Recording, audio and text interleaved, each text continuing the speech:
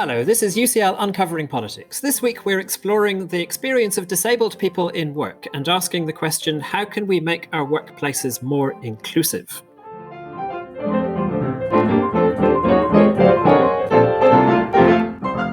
Hello, my name is Alan Rennick and welcome to UCL Uncovering Politics, the podcast of the School of Public Policy and Department of Political Science at University College London. It's estimated that around a fifth of people working in the UK today are disabled in some way. Many of these people report feeling that their employers do a poor job at accommodating their requirements to make their workplaces more inclusive. The 2010 Equality Act was designed to protect disabled people from discrimination or disadvantage in work. The Act placed a legal responsibility on employers to make reasonable adjustments to accommodate the needs of their disabled workers. So why is this discrimination still occurring? Is the Equality Act still fit for purpose? And what can be done to improve the situation? A new report seeks answers to these questions. It's co-authored by two of my colleagues from the UCL Department of Political Science. Dr. Sarabajaya Kumar is lecturer in voluntary sector policy and leadership, and Dr. Colin Provost is Associate Professor of Public Policy. And I'm delighted to say that both of them join me now. Welcome, Sarabajaya and Colin, to UCL Uncovering Politics. And Colin, do you want to start us off by beginning to just give us an idea of the nature and the scale of the discrimination that your report investigates? Thank you, Alan. Be delighted to. So as you mentioned, about a fifth of the working population in the UK is disabled. And so that's a sizable portion. And yet at the same time, the unemployment rate for disabled workers is considerably higher, about 30% higher than it is for non-disabled workers. And within this range of people, of disabled workers who are unemployed, many of them, around 48,000 every year, are what we call managed out of their jobs. And what that essentially means is that there has been some process where perhaps they did not get the reasonable adjustments they asked for. It's led to a deterioration of their relations with their line manager or their employer, a deterioration to the point where employers have almost sought out a reason to sack them, right? Or they find grounds to sack them at some point, and they're effectively removed from their job. It has different variations depending on the situation, but that's kind of what it looks like. So this happens quite a bit, far too often, and so that's what Sarabajaya and I were investigating, and that's a major part of the discrimination that we're looking at. And Sarabajaya, you come to this topic with very direct personal experience. Do you want to just tell us about that experience and how you have come to want to study this topic further? Yes, of course. Thank you, Alan. So I am a woman with heritage from the global majority, but also in the sort of most recent part of my career have become disabled. I am sight impaired, so I'm legally blind, but I also am a wheelchair user, a motorised wheelchair user. And in a role that I had in another institution, I needed to go back to that role in the wheelchair after a short period, actually, of illness. And I was absolutely shocked when the managing out process started for me, and I wasn't really allowed to return to my role. And the reason I was shocked was I was pretty good at it and I loved it. And I couldn't really understand, given that my role didn't require my legs, why I couldn't return. So having been through that experience, which was profoundly shocking, I have to say, I wondered whether it was unique to me and started to, as a researcher would, investigate this, and happened upon a very important, seminal, actually, report commissioned by the APPG on disability called Ahead of the Arc, where I found this figure of approximately 48,000 people being managed out of their roles per year on account of their employers not putting in reasonable adjustments. So that's how I became interested in kind of exploring this further, because I couldn't really understand it given the Equality Act and the protections for disabled people. And you mentioned the APPG there. We should just explain that's an all-party parliamentary group. So it's a group of MPs who are interested in this kind of issue. And so you've both referred to this phrase managed out, and it's one of these kind of slightly Kafkaesque sounding phrases that probably hide all sorts of horrors under the surface. What does that process actually look like in practice? What does it feel like as you're going through it? Well, one example that we got that came up repeatedly was that if somebody, if a disabled worker doesn't get their reasonable adjustments, right, because maybe there's outright discrimination or there's just a delay in getting them, it's taking a little while to happen. It may be the case that they can't do their job at all without those reasonable adjustments, or they struggle a little bit. Because they're struggling, maybe their performance starts to suffer a little bit, and perhaps the line manager doesn't adequately distinguish between performance with reasonable adjustments and without. Maybe the employee then takes sick leave because this is also causing issues with mental wellness at the same time. And when somebody takes sick leave, it's easier for the employer to perhaps say, well, you've missed a great deal of work, and realizes that maybe they can sack the person on those grounds, that they've missed too much work. And along all the while, the relationship between the disabled worker and the line manager or the employer is kind of further deteriorating. It's getting worse, and it's making it more difficult to solve the problem, and it's making it more difficult to reach a accommodating solution. And so it may, for various reasons, at some point the employer might decide this is more effort than it's worth, and we need to get rid of this person, essentially. So this was a very common example of managing out. As I said before, there's sometimes other examples of what that looks like, but it essentially comes down to the idea that somebody is a disabled worker is struggling to do their jobs because they haven't been provided with the right tools to do their jobs. And this leads to a perception of bad performance, which then just leads to a downward spiral, essentially. Sarah Bajai, do you want to pick that up at all? Yes, I mean, I think some of the case studies we heard about are quite harrowing, but also remarkable. I mean, there was one case where a disabled person needed a particular mouse for their computer, and they couldn't work without it because of whatever their condition was, and they didn't have it for 3 years, and they were put on gardening leave for 3 years. Wow. You know, this sort of thing. Many of the reasonable adjustments that people require are cost neutral. So there was often a perception that that's going to cost us a lot, and 96% of adjustments that are required are cost neutral. Most of them are about flexible working to accommodate maybe fatigue or, sort of hidden conditions. So, yeah, it was unfathomable in certain places, when we heard about these things. And they weren't unique or they weren't extreme examples. They just came up over and over again. The sort of mouse example was an example, but there were many others like that. One was Dragon software, for example, this sort of thing. So that's voice recognition software. Yes. Mm-hmm. Yeah. Fascinating. You talked there about reasonable adjustments, and of course that's a phrase that many people will be familiar with from the Equality Act, which was intended to address these issues. Colin, do you want to say a bit more about the Equality Act in terms of what it was intended to do and how it sought to do that? Sure. I mean, the Equality Act is quite an extensive piece of legislation, but for the purposes of our research, we were interested in how it applies to disabled workers specifically. And yeah, so reasonable adjustments are essentially just the tools that disabled people might need in the workplace, right? So the Equality Act gives them the legal right to ask for these, to request them from their employer. It has less to say about the actual implementation, the delivery of getting those reasonable adjustments, but it does give them the right to ask for them. So as Sarah Bajai pointed out, it might be voice recognition software, it might be a mouse, it might be a specific chair. In some examples, we heard very simple things with, just move me to another side of the room where the lighting is different. All right. So these are examples and kind of hinting at some of the things Sarah Bajai will talk about. Sometimes employers have the idea that, we need to install ramps, or we need to install a lift, or this sort of thing, where, they immediately, what comes to mind is the most expensive sort of reasonable adjustments, whereas most of the time that's not what's needed. So that's what we refer to as reasonable adjustments. It's essentially the tools that disabled workers need to do their job.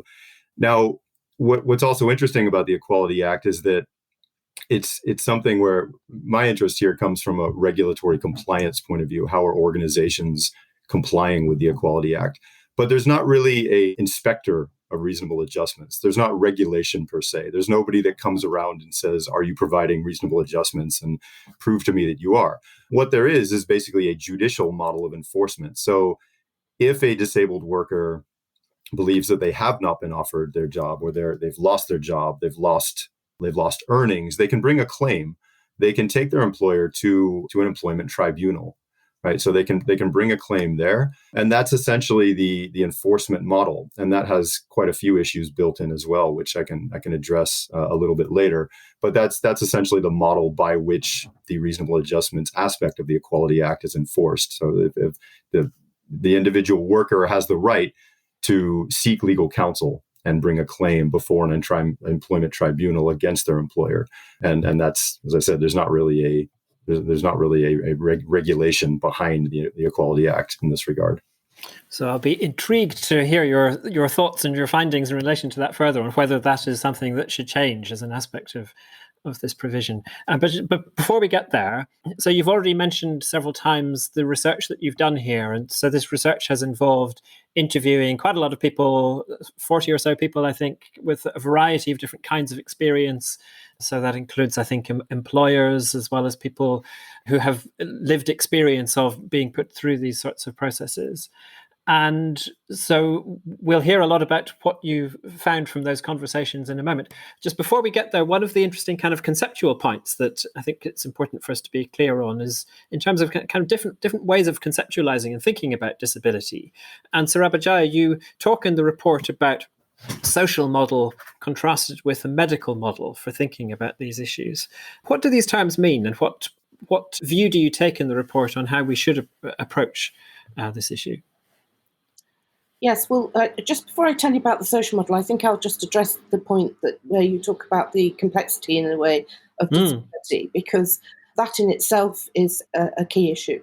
So the thing with disability is that it's extremely broad as a concept. So you've got hidden and invisible disabilities, you've got mental, physical, sensory, cognitive, long-term conditions that cause disabilities. You can move from being disabled to non-disabled and non-disabled to disabled. So it's extremely wide. And one of the issues actually that came up during our research was that many people had a very narrow conception of what disability was. So that if you weren't in a wheelchair and you were disabled because you had some other condition like cerebral palsy or MS or whatever, some line managers were taking the view that you weren't disabled because you weren't in a wheelchair. So there's many misconceptions around what disability is. That said, going on to your point about medical and social models, so the medical model very much focuses on the impairment or the condition and what one can do about it. The social model really focuses on the functional limitations of the environment. So it focuses on society, the environment, and the fact that people are disabled by their environment or by society. So if the urban environment, if the buildings aren't accessible, then that's the social model. It's not about the fact that somebody has an impairment, if they're in a wheelchair, if they're blind or deaf or whatever their impairment, they should still be able to access a building or the digital infrastructure so the social model really talks about it is society's problem. The barriers are in society and the limitations are functional because of the environment and society, not because of the person with the particular condition. Great, that's really helpful. Thank you, Sarabha Jaya.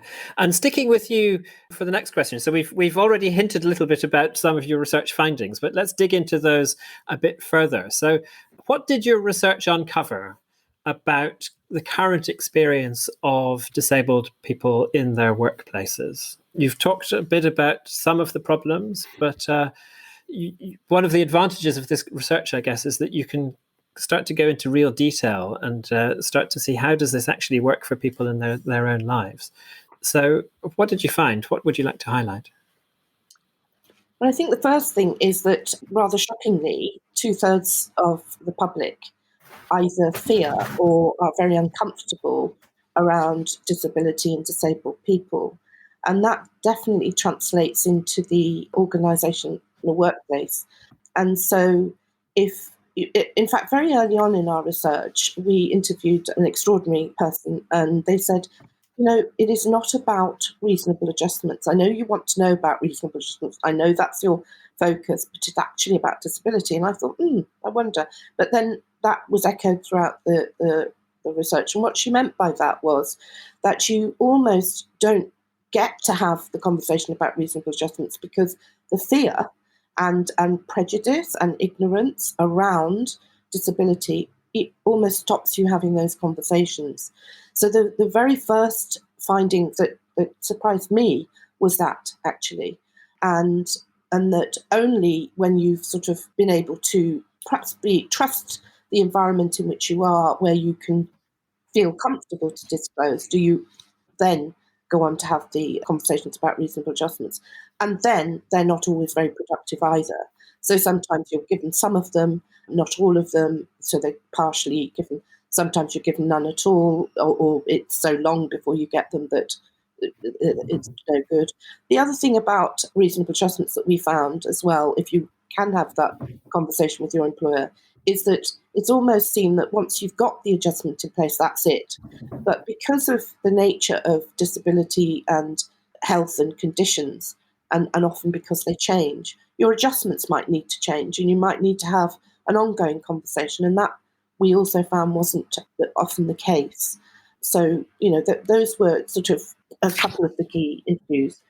In terms of disability and the fear of disability, that then meant that disabled people were fearful of disclosing that they had disability. So, and because of that, then you get a whole load of sort of knock-on effects again. So they may not declare, they may not then ask for the reasonable adjustments that they actually require in order to do their roles, perform their roles.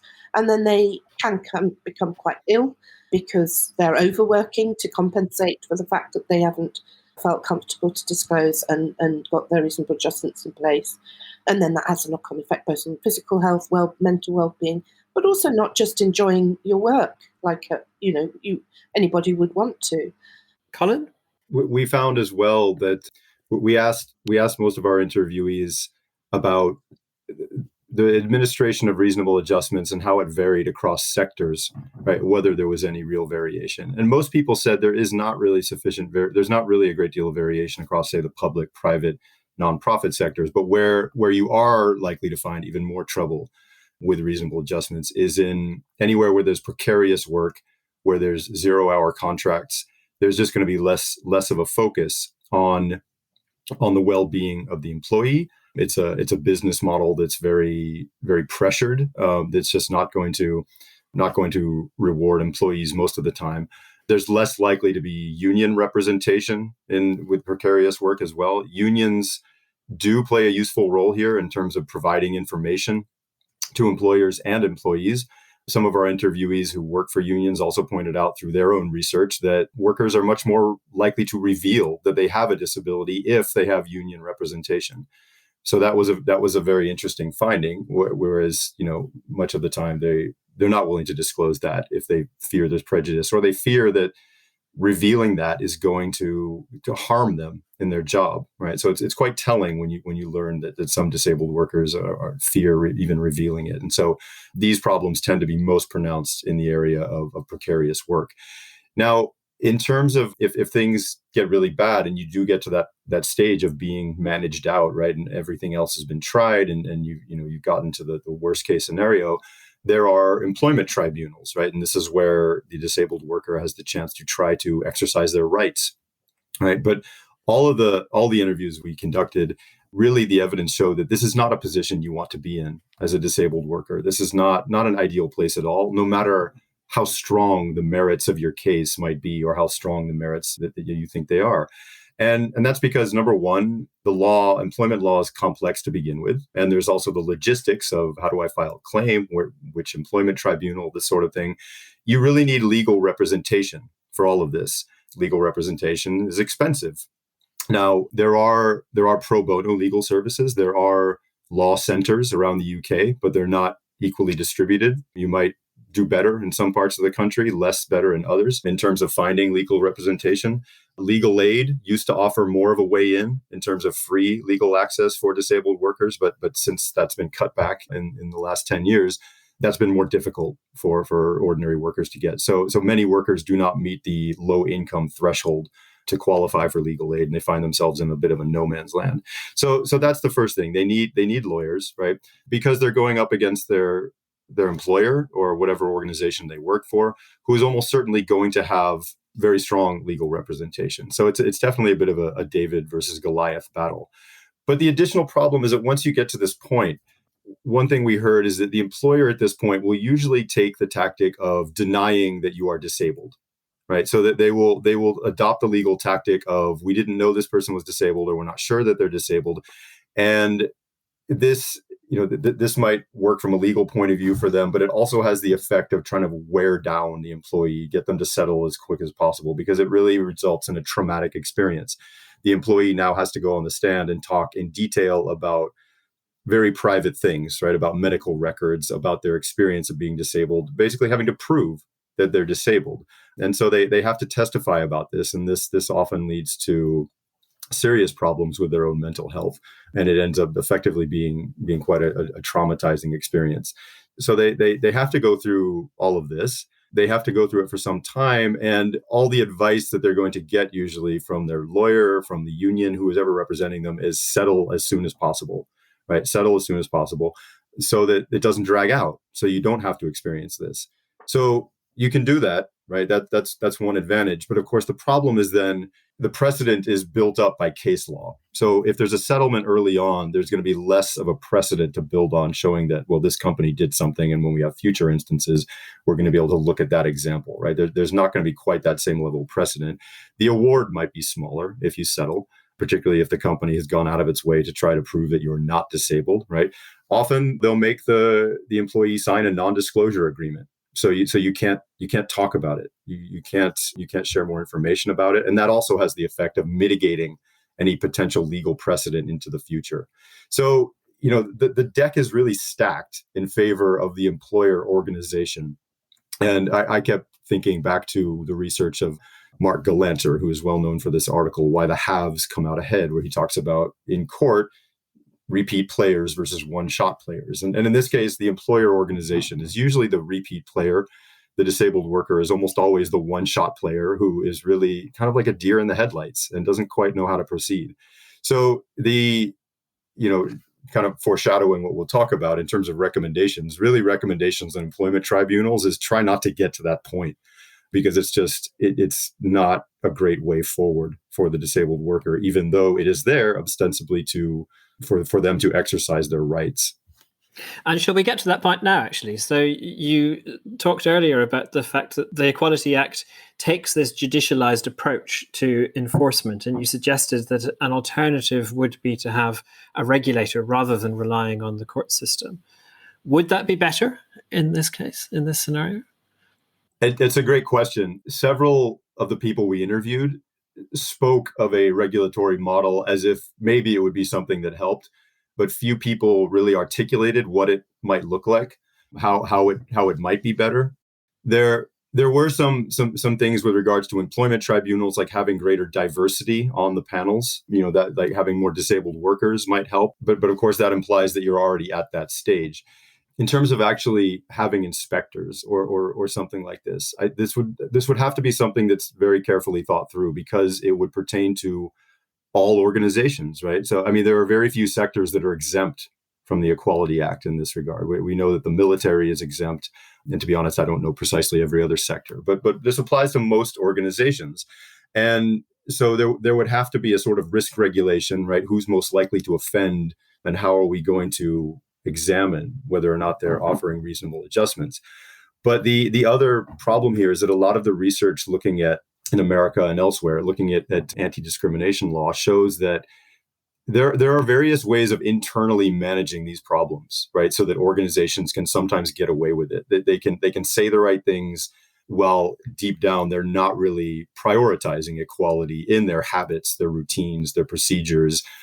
For example, they've got a lift for disabled workers, but it never works, right? Or they've just think that they're leaving these things in disrepair. So there would have to be a great deal of self-regulation, right? The organizations would have to do a lot of inspecting themselves, and they're just it's not clear that this would work that well. So there would have to be a lot of resources put into it.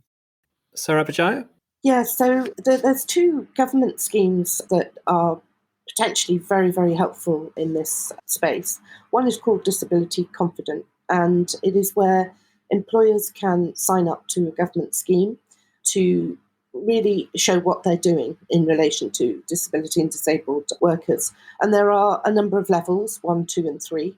And to get a disability confident badge, if you like, you have to fulfill certain criteria. That said, the scheme itself and the criteria that is suggested in terms of each of the levels, in theory, looks very good.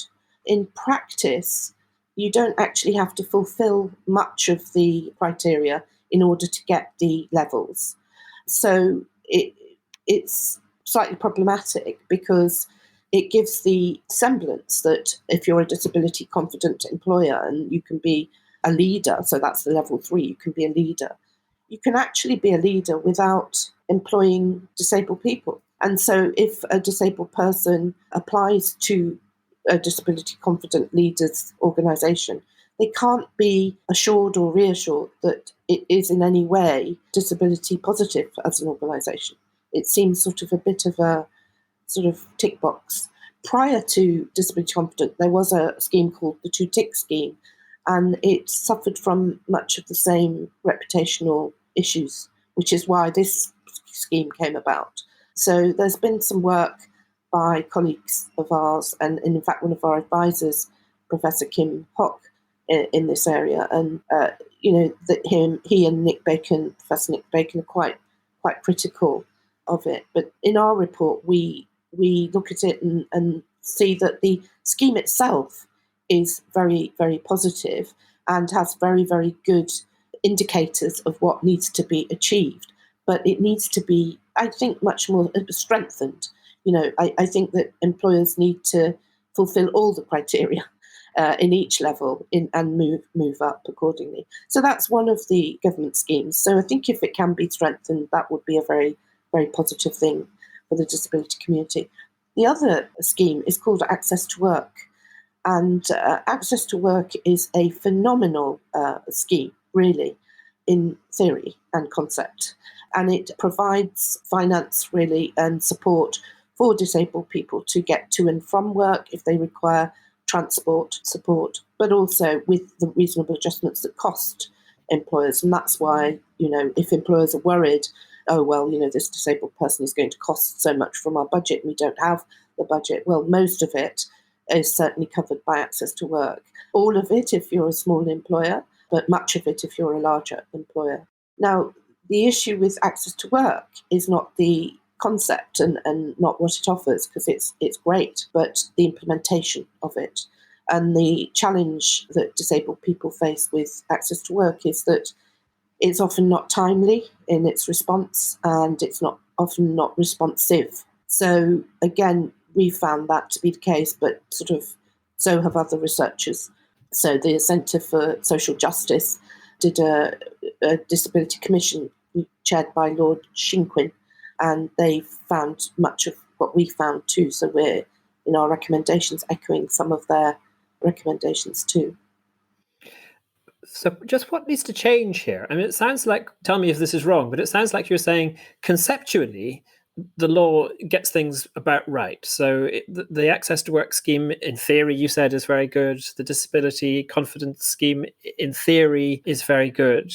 There are difficulties in the detail of those. And I think you're also suggesting that there are maybe more profound difficulties, not in the law, but rather in the thinking of employers and in how employers understand this issue and don't understand this issue. And perhaps the more fundamental changes actually need to take place there rather than within government. Is that a fair summary? I think Yes, sort of.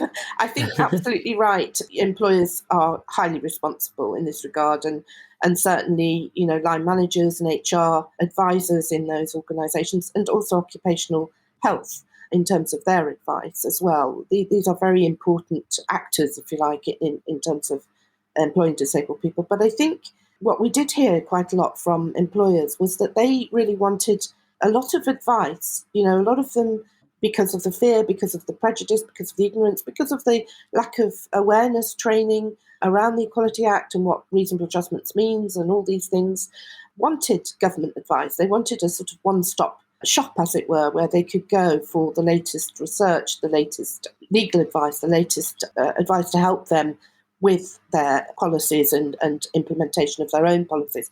I mean, what we also found was that an awful lot of employers had very good policies. They just didn't follow them. So it seems at the policy level, both in government and in the employers, that there's quite a lot of good stuff on paper. The problem is the implementation, and how do we get that for disabled workers? That's how I would characterize it. Well, what about you, Colin? Yeah, I think that's spot on. And I think also that one thing that people often said in our interviews was that a lot of progress has been made, right? But it was still clear at the same time that there's a long way to go. And so awareness is a big factor here, that employers want to know more. They want to do better, but often they feel like the information isn't there. We learned there are quite a few third sector organizations that do offer information about reasonable adjustments to employers and to employees as well. There are hotlines that people can call, and unions help a great deal to this extent. But still, there seems to be this gap, and access to work has its advantages. As Sarah Bajaya said, it has its problems. But overall, there's still a lack of awareness of it. So other scholars as well who have studied this have said that there need to be ways to bring more awareness to it. And I think on top of that, Sarah Bajaya mentioned earlier that the problem that when somebody is given reasonable adjustments, sometimes the employer might think, great, that's it, I'm done with that, right? But really it's an ongoing process, and it's always an ongoing process to embed the principles of equality into an organization and its habits, its procedures, its routines. It's not just something that you tick a box and that's it. It's an ongoing process. And so a few people we spoke with said that sometimes with employers there was a quote unquote lack of imagination, right? And so sometimes there might not be an obvious solution to a particular workplace problem, or the answer might not be in the statute of the Equality Act itself, and something you have to figure out.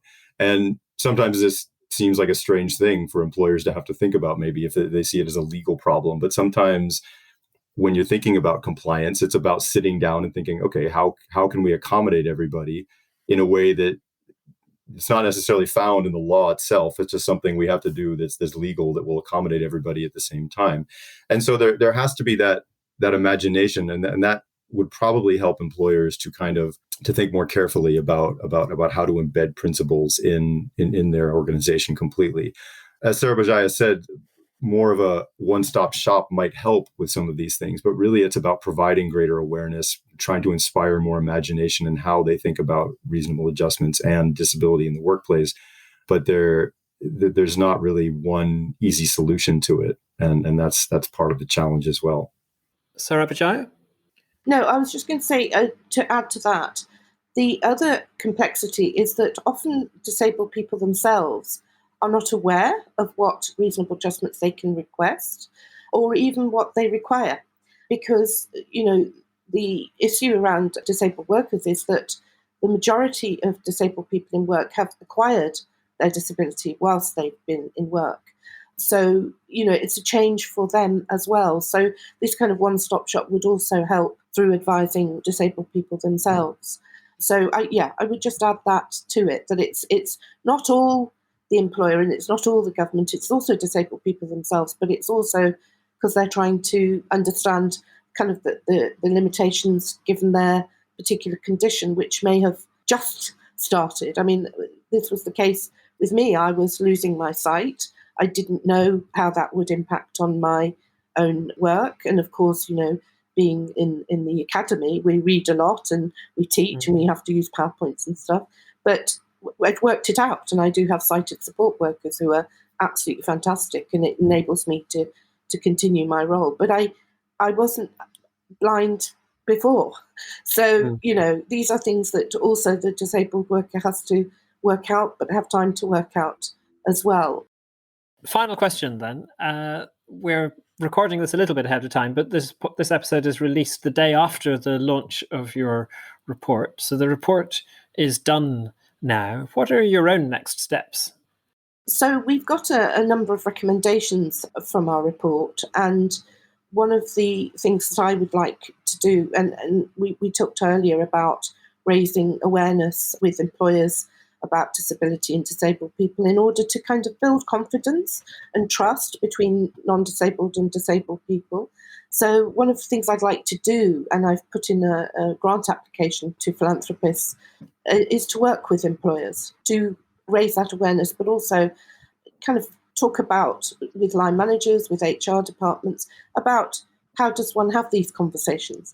I mean, one of the key things that really struck me during the research too is we just need to dialogue. We just need to listen to one another. And what happens is that as soon as one declares one's disability or whatever, it's almost like the organisational shutters come down. And it's, oh my goodness, and there's fear and there's prejudice and there's ignorance and there's what are we going to do? And, let's just not have it. We can't deal with this, rather than actually, okay, I mean, in my own situation, my own line manager in UCL, whenever I've presented him with, okay, I need, what can we do to help? What do you need? Is there anything I can do? And it's just been glorious. It's just been so helpful because I've said, well, I think I need this or that. And yeah, sure, that's done. And that's actually, it's simple, really, in a way. It's just a kind of dialogue and listening to one another. So I want to sort of get into organisations and get that awareness going. I think we also need to work with, or at least our advisors, our academic advisors were saying to us that we need to get our work in front of government and talk with the Cabinet Office about some of the recommendations we have, because we are building on the shoulders of giants. We are building on other researchers' work in this area. The messaging is similar. Colin? We have quite a bit of material from the research that we conducted, but what comes to mind immediately are a couple different possibilities of papers that write. There's a great deal of scholarly literature about voluntary regulatory programs, particularly when it comes to environmental management systems or labor and supply chains. I think there's far less literature about basically corporate social responsibility for disability, right, and inclusion. So there's more of it now, but I think it would be good to analyze the disability confidence scheme through that lens. And so that's a paper we're looking at.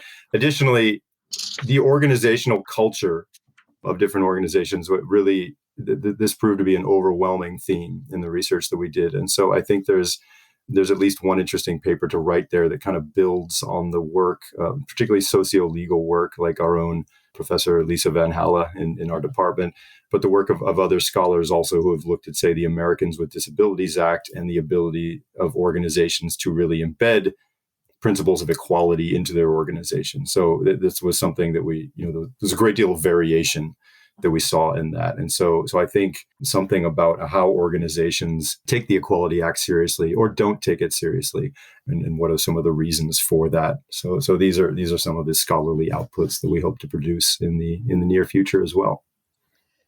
Well, thank you so much, Saravijaya and Colin. This has been a really fascinating discussion, and it's such interesting work. And we, in the Department of Political Science and School of Public Policy, we're so focused often on the high-level politics and the making of laws and that kind of thing. But, this illustrates just how important it is actually to look in detail at how do things work in practice, and a law that in theory might be rather good, in practice, just how it works on the ground is what matters fundamentally in people's lives.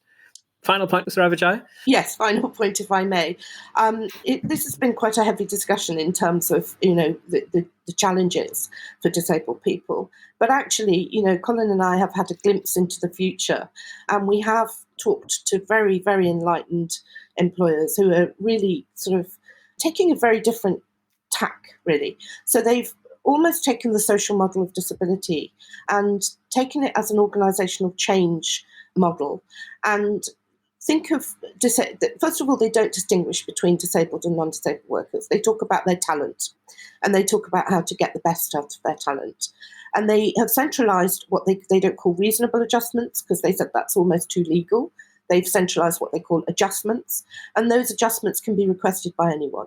So whether you're disabled or non-disabled, whether you've got caring responsibilities, you're a parent, you need flexible working, that's all decided at the central level, and anybody can request them.